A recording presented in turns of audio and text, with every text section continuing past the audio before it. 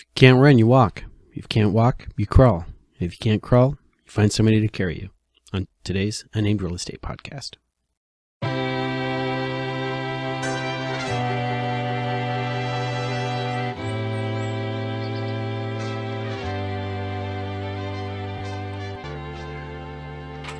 Hi there. My name is Charles Ray Dawson. I'm the Associate Broker Residential Sales Manager for ProStar Realty. This is the Unnamed Real Estate Podcast, episode 167. We are recording this on Thursday. I'm a little punch drunk right now because I was up till 2 o'clock last night because one of my clients fell down and went boom. And since I was the closest one to him, I was the one who could give him a ride back from John C. Lincoln. 2 stars, would not recommend, back to his independent living community where we got him all settled in. And then I got home and my wife spent this morning slamming around the kitchen because she thought I was out playing around and, hitting the bars and this and that and the other thing. And then I sent her the picture that I took, the self-defense selfie. Hi, honey, this is where I am at in the ER with my client. Not at the strip club, Anyways, so that's pretty much, wow, this is, I know we recorded last week on Wednesday because I knew it was going to be a busy day on Thursday. My Wednesday did not end until about midnight. I did a 6 to 12 that last Wednesday. Last night? Let's see, first email phone call was at 8 o'clock in the morning and I did not hit my bed until 1:30. Did have some downtime and all that, but I was fielding phone calls and texts and emails the entire time. So I'm counting that too. So that is, for all you people out there who decide you want to be real estate agents, that's the kind of day you're occasionally going to have. And you gotta be mentally prepared for it. So on the flip side, numbers.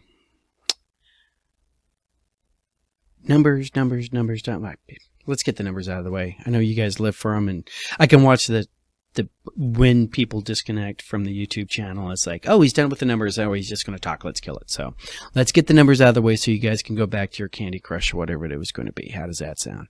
So numbers this week for April 17th, 2024. And there we are. Actives this week are 17,063. with up 255 from the previous week. This is the first time we've broke 17,000 since I want to say January of last year. All right, we had 2,335 new listings, which is down 37 from the previous week. Our contracts are at 2,568, down 23. Our closings last week were 1,660, and coming soon to an MLS near you is 722. So inventory is definitely rising and everything like that. Not too concerned about the contracts dropping that much, But, yeah, the inventory is there, boys and girls. And this is what is reflected with the Cromford report numbers, right? We have a supply of 71.4, a demand of 79.6, and a total Cromford report number of 111.5. Last week was 111.6. Let's see what's going on with the cities. All right, out there in the cities, we have, all right, Chandler still leaving the pack and gaining. They're up to 215 right now. Gilbert's up to 177. Glendale still falling. They're down to 170. And then we talk Tempe, Mesa, Phoenix, Avondale, Fountain Hills, Scottsdale, and Peoria are all your sellers market. And then after that, we got our balanced market coming in with Paradise Valley. Rich people, we don't care. Surprise. All right, in Cave Creek, those are our balance. And now we go into the buyer's markets of Goodyear, Queen Creek, Maricopa, and Buckeye. Buckeye sitting there at 64.1. Our biggest losers over this time period is Fountain Hills, down 11. Still don't care because they're just about as rich as Paradise Valley. And our biggest gainer right now is Tempe, doing its normal Tempe psychotic mood swings. It's 1 week up, 1 week bad, and I wish I knew more about ASU. Actually, somehow I bet you that's tracking the ASU calendar and not real world calendar. So let's talk about strategic partners, all right? And the reason why that is because my strategic partners have been a really big part of this week, right? And this is also one of those topics that can not just be applied to real estate, but you can apply this out to everything else. You can apply this to your own personal life, right? Strategic partner in Ray's definition is somebody that you work with that has the same goals, but not necessarily the same industry. Right? Strategic partnership, you have to have a certain melding. You have to have a like thought of customer service. You have a like thought of basically, like I said, the end goal of where you want to be. Shiny, happier world, whatever it's going to be. Good example of a strategic partner would be your lender. All right. A lender that you can refer business to and they will refer business back to you could be considered a strategic partner. A lender who would be willing to take care of you a little bit better than just randos coming off the street is a strategic partner. All right. Here at ProStar, we have a property management side. All right. That makes ProStar part of my strategic partnership because I can reach out and use the property management contacts to help me and mine on my side. Case in point, client calls me up, bought a house like 5-6 years ago, and their conditioner is starting to go out. All right. She's concerned about the pricing and everything like that, and she's concerned about how she's going to pay for it. All right. In that particular situation, I reached out to 2 strategic partners.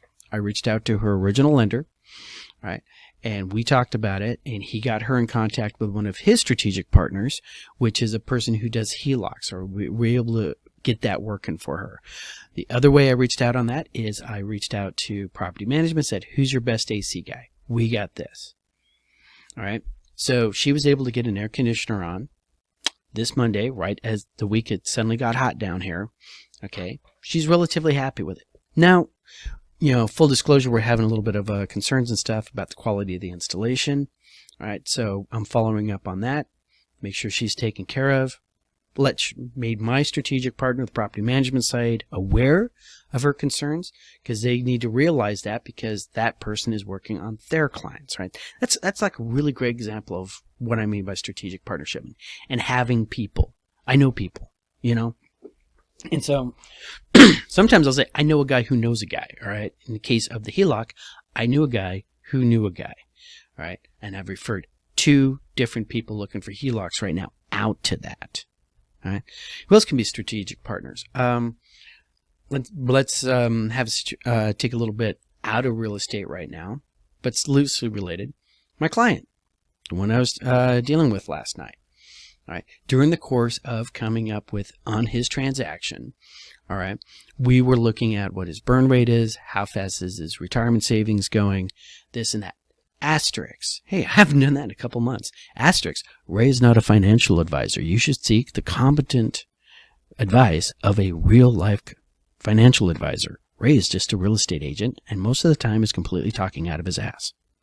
All right. Now that we got the legal disclaimer aside, as we're sitting there trying, me and his brother are trying to figure out where's the money going. Okay. Because if you're ever sitting there and dealing with an elderly person and all of a sudden large sums of money starts disappearing out of his account, all right, step up, ask what's going on, and we'd be able to track down the major culprits.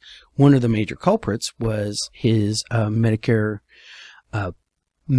supplemental insurance, and he had a he had the Cadillac package.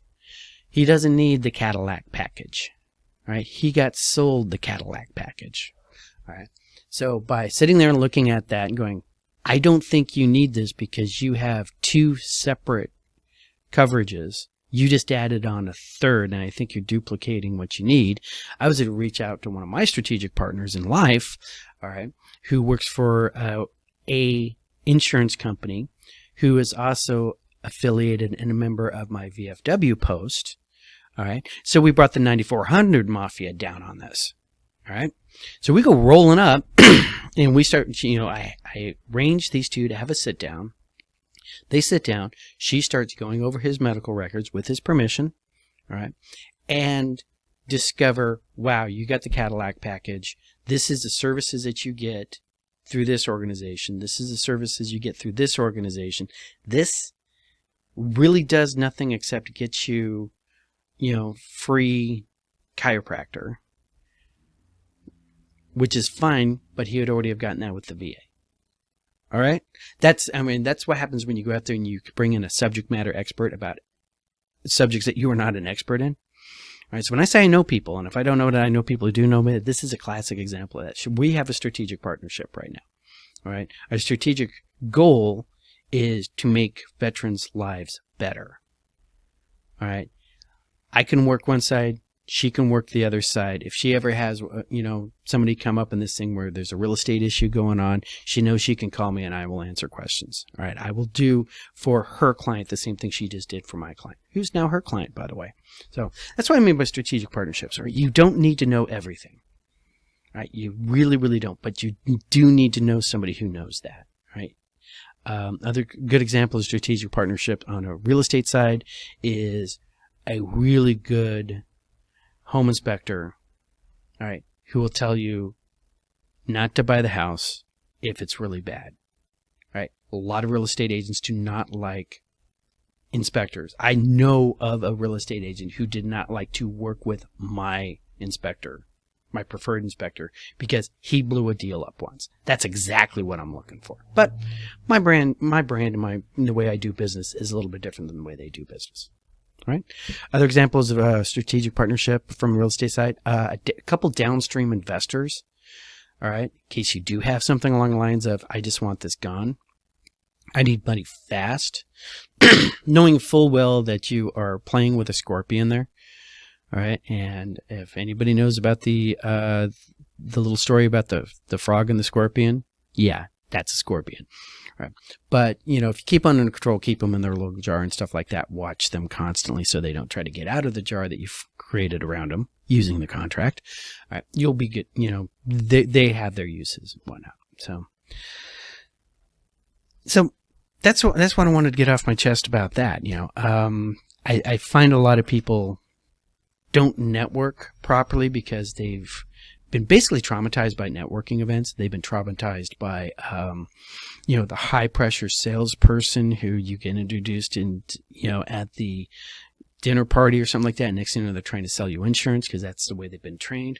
But hey, exchange cards. Know that you have an insurance person over there. All right. And then the other thing, final thing, just to wrap up on this, your strategic partners need to be constantly, don't expect, inspect. Make sure you have follow-up on them. Make sure that they're performing at the service level that you'd want a strategic partner of yours to. Always ask for feedback. If you ever refer anybody out to anybody, all right, call the person after the service has been provided and go, hey, how did that go? All right, make sure, you don't want to be sitting out there suddenly realizing that the, Joe Bob's Plumbing, or really good example, Tucker Tire and Auto, all right, which I have taken my car to for the last god-awful years. We're talking like literally 2004. Had a great relationship with those guys. Gary down there, awesome. He had saved me so much money. Next thing you know, I see a new sign. It's a sign of a company that I see all over the place. No Gary anymore. All right. Mechanics are still there, but the whole front office staff is gone. All right. And now it's no longer a place that I feel comfortable referring business to anymore. So I take them off my list. Looking for a good mechanic in downtown Phoenix. Anybody knows anybody, call me, drop me a line. So, all right. I got some news right here at the last second, it's just as I was going through and grabbing the conference report, and this is really sort of interesting. They were talking about Generation Z. All right. Millennials have been sucking the oxygen out of the room for the last 20 years. Let's be honest. And as Generation X, we just got stepped right over. We're okay with that. Yeah, whatever, dude. All right. And now Z's coming on. And for people to treat Zoomers like the millennials is completely wrong. Right? Because of different experiences, different understandings. A lot of them watch their older brothers and sisters completely screw up. All right, or get screwed, so they're not making the same mistakes, right? Some of them is that they're not paying as much for education, and they're not paying as much for housing, right? But they're also getting paid. Check this out. Generation Z, this is from the Crawford Report. Generation Z's pay packets are rising at an astonishing rate of 13% year on year, all right? This is unprecedented, according to this, right? No generation has seen this. They are highly educated. They've gotten real degrees, okay? And they are actually moving into a labor shortage as the boomers retire. All right, so as the boomers retire and they get out of the labor pool and stuff like that, All right, there's not enough downstream people to fill those slots. Hey, so maybe X can come on, and maybe one of these days we'll have a Generation X president. Probably not. All right, but now that they're moving into it, they're starting off a lot better. Unlike where the millennials came in and the boomers were hanging on to their jobs for dear life. I had a conversation podcast where I mentioned once where the average age of college professors and deans. All right, when the boomers were going to college and moving into the teaching jobs, the average age of a professor and dean was about 50, 60 years old. And a dean would last for a couple of years and then resign. Your average age of a dean right now is in their 70s. All right. They get in there, they burrow down like a tick, all right, and they're not leaving. So, and this really, really ultimately wound up screwing my generation and the millennials, because the boomers aren't getting out. Well, now the boomers are aging out to the point where now they have to retire, and here comes Generation Z coming in. So that's really interesting. So the end of this article is like, hey, start looking at Generation Z for first-time homebuyers. And I know one of my agents who's a Zoomer, Generation Z, is working right now with other buyers her age. All right, and part of why I wanted to talk about this is I got asked a question this weekend from a Zoomer. Who's the worst generation to deal with when in real estate? You know, and I told him straight up, normally a couple years ago I would have said millennials. It would have been popped right out, all right? Now I realize how incredibly screwed they got. Okay, and because one, they listen to their guidance counselors, they listen to the teachers, all right? They were directed to make really poor choices. Okay, and now they're dealing with the ramifications of those choices. They're also, because of the crash and everything, just as they're coming into the job market, they got their foot is like permanently nailed to the floor, right? So, but Zoomers coming on, all right? You get a Zoomer call me up. We had a Zoomer call up 2 weeks ago. All right, kid's like 24. He is locked on. He wants to buy a house. He understands that buying a house is the way for personal wealth growth. Okay, he knows how interest rates works. He knows how appreciation works. Yes, I did check. He did read Robert Kiyosaki's Rich Dad Poor Dad. So yeah, that's how that one's going. Hold on I'm going to have to wait to pick that up because she can wait. All right, so that's that was that article. The other one that I noticed is dealing with this listing and everything right now. I reached out to Open Door and OfferPad like I do with all of my listings before we hit the MLS to solicit bids to see what they would come in at. And one of them we're not going to write an offer on that place. Nah, forget it. The other one actually came in and reflected the house as being 800 square feet smaller than it actually is, and as per the county assessors. All right. They never asked for never asked for the existence of permits. They just literally went in there and said, "This is an this is an addition to the property." All right. So we're only going to value this with the original square footage. So keep an eye out there for Open Door right now. Make sure if you get an offer from them, they don't try that with you. Okay. Other thing that I wanted to point out on this is OfferPad. From a real estate standpoint, they were offering a 3% bribe to real estate agents. Warning, warning, warning, bribe in process, right? And what I mean by a bribe is that they will pay you a finder's fee, all right, if you bring a house to them before it goes on the MLS, all right? That's important. Before you go on MLS, and you are not allowed to list the property on the MLS all the way through to closing. That's their conditions. All right? They really want this to be an off MLS deal. Now, how do you make this work for your buyer? All right. If the OfferPad offer comes in, all right, at a decent price, remember you're charging your buyer on your seller on the other side. Okay, so I misspoke. All right, you're charging your seller a commission up front to sell the house. All right, the seller is now being encouraged and informed about the ramifications of paying for a buyer's agent or doing something to offset the buyer's cost for that. All right, buyer's cost is baked into the cake on these OfferPad offers.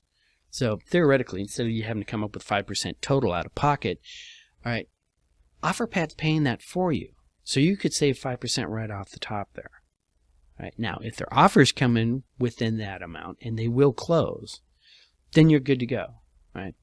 Odds of that happening is not going to be good, by the way. Right now, Open Door is selling about 40 homes a month in Greater Phoenix. Okay, they came down from February. They were at 63. Now they're down to 40. All right.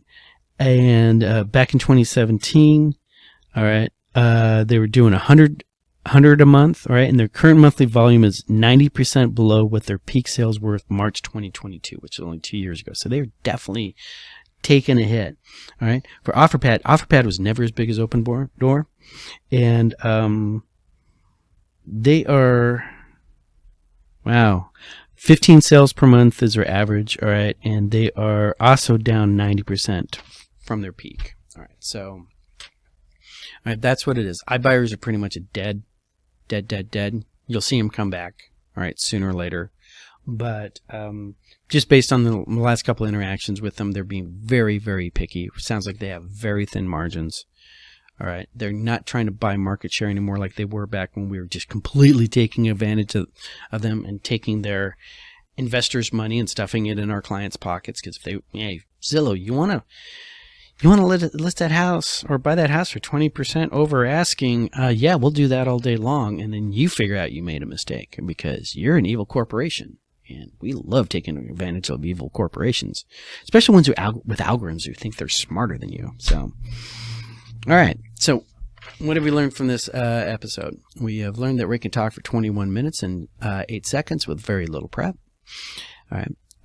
We've learned the importance of our strategic partnerships. Okay. And remember, that is fully, we are working our circles, boys and girls. All right. That is like the fourth circle. That's that first step outside of your close friends and family. All right. Strategic partners. If you're really lucky, your strategic partners are close friends. Wouldn't want them to be family, because if it goes wrong, it's going to make for a really uncomfortable Thanksgiving. You know, as you're sitting there and somebody's glaring at you because your cousin's glaring at you because you found another lender to work with. So all you can do is just glance out the kitchen window at the swimming pool, making sure the pets and the children aren't playing around it or anything like that. Looking up at the stormy sky, knowing that when you drive home, you're not going to drive into anything flooded. Right? You're going to work your circles at that table. You're going to work your circles everywhere else. And ultimately, I want you guys to have a great weekend, and I will talk to you guys all later.